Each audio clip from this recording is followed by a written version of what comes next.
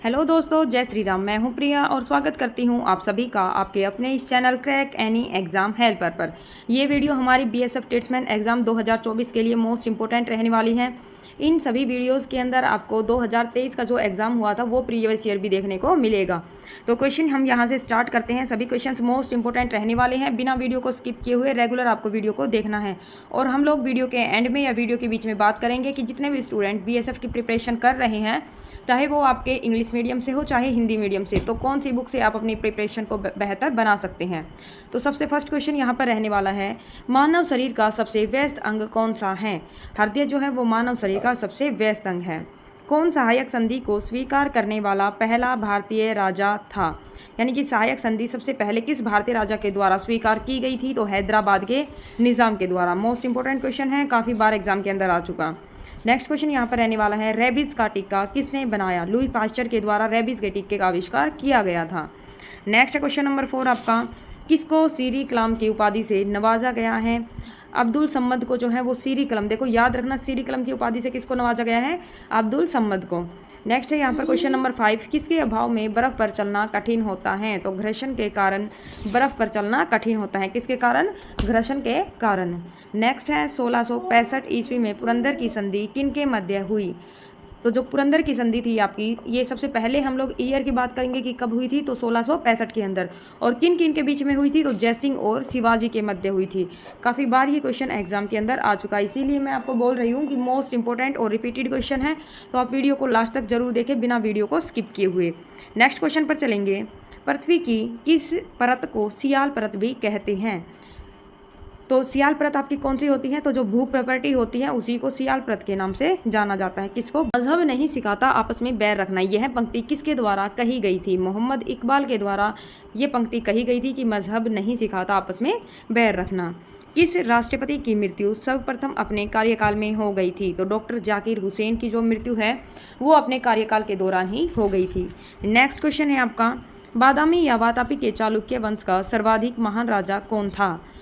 तो कौन था, पुलकेशिन द्वितीय। बादामी या फिर वातापी के चालुक्य वंश का सबसे महान शासक था पुलकेशिन सेकंड। कार या बस में ब्रेक लगाने के लिए कौन उत्तरदायी है। तो घर्षण जो है कार या बस में ब्रेक लगाने के लिए उत्तरदायी होता है। और अगर ये पूछा जाए कि अगर हम लोग चलती बस में ब्रेक लगाते हैं तो व्यक्ति को किस तरफ धक्का लगता है, आगे की तरफ या पीछे की तरफ, ये आपको कमेंट बॉक्स के अंदर डालना है आंसर। बिल्कुल सोच समझ कर, सबको आंसर का पता है। नेक्स्ट है, किस देश का राजनीतिक दल बाथ पार्टी है। तो कौन से देश का है, इराक का जो राजनीतिक दल है उसका नाम है बाथ पार्टी। कहाँ का है, इराक का। CIA किस देश की गुप्तचर एजेंसी है। CIA कहाँ की है गुप्तचर एजेंसी, तो ये है आपकी संयुक्त राज्य अमेरिका की, यानी कि USA की है आपकी। कौन सी है, CIA। नेक्स्ट है, वेवेल प्लान की घोषणा लॉर्ड वेवेल ने कब की थी। तो 14 जून 1945 को जो है वो वेवेल प्लान की घोषणा की गई थी। कब की गई थी, 14 जून 1945 को। और किसने की थी, अगर ये क्वेश्चन आ जाए तो आपका है लॉर्ड वेवेल के द्वारा। यहाँ पर आप देख लेना, वेवेल प्लान है तो वेवेल के द्वारा ही घोषणा की गई थी। नेक्स्ट क्वेश्चन नंबर 15 आपका, पृथ्वी का कोर किस रूप में है। तो पृथ्वी का जो कोर है वो पिघले द्रव्य के रूप में है। किसमें है, पिघले द्रव्य के रूप में। क्वेश्चन नंबर 16 है, किस वर्ग के देशों के साथ भारत का सर्वाधिक आयात व्यापार है। तो आयात व्यापार कौन से देशों के साथ है भारत का, ओपेक के देशों के साथ। कौन से देशों के साथ, जो ओपेक के अंदर जितनी भी आपकी कंट्री आती हैं उनके साथ सर्वाधिक आयात व्यापार है। नेक्स्ट क्वेश्चन है, नोबेल पुरस्कार कितने क्षेत्रों में दिया जाता है। तो नोबेल पुरस्कार आपका 6 क्षेत्रों में दिया जाता है। कौन कौन से क्षेत्रों में, ये आपको कमेंट बॉक्स के अंदर कमेंट करना है। वर्ण व्यवस्था की किस सभ्यता की देन है। तो आर्य सभ्यता की देन है आपकी वर्ण व्यवस्था। महाबलेश्वर का ऐतिहासिक मंदिर किस शहर में स्थित है। तो ये आपका मध्य प्रदेश के उज्जैन में स्थित है। महाबलेश्वर का ऐतिहासिक मंदिर कहाँ स्थित है, महाबलेश्वर के उज्जैन में। बीजक किसकी रचना थी, कबीरदास की रचना थी। बीजक किसकी थी, कबीरदास की।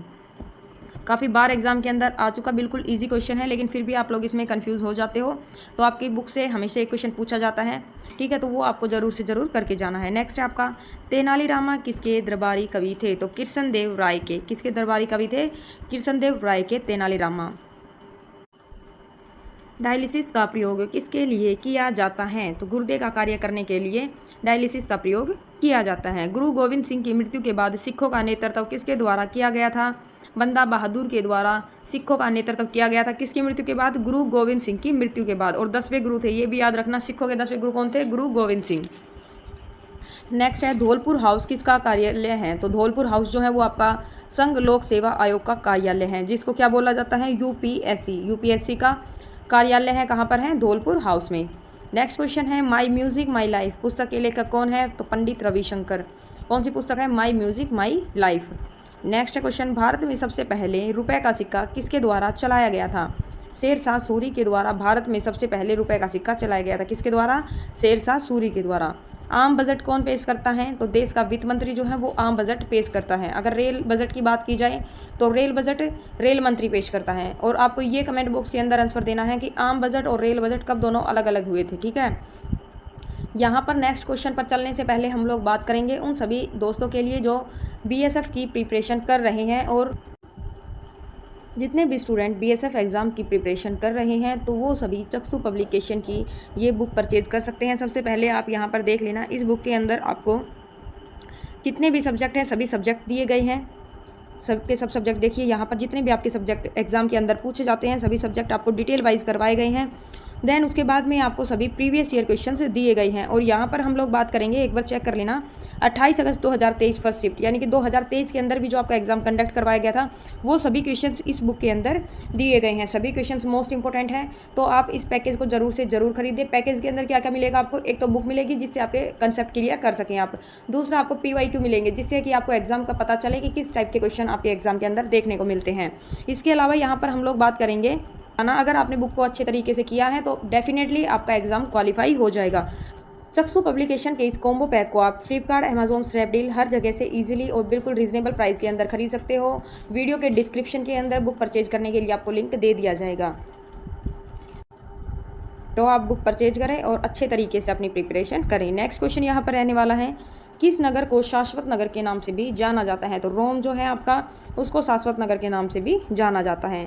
नृत्य करती हुई कांसे की मूर्ति कहाँ से प्राप्त हुई थी? तो मोहनजोदड़ो से आपकी कांसे की लड़की की नृत्य करती हुई मूर्ति प्राप्त हुई थी। काफ़ी बार एग्जाम के अंदर पूछा जा चुका है। इसके अलावा दाढ़ी वाले महादेव की मूर्ति कहाँ से प्राप्त हुई? तो वो भी आपकी मोहनजोदड़ो से प्राप्त हुई थी। नेक्स्ट एंड लास्ट क्वेश्चन है आपका, मोहनजोदड़ो की खोज किनके द्वारा की गई थी? तो राखलदास बनर्जी के द्वारा 1992 में मोहनजोदड़ो की खोज की गई थी। किसके द्वारा? राखलदास बनर्जी के द्वारा। ठीक है दोस्तों, मिलते हैं नेक्स्ट वीडियो के अंदर। जय श्री राम।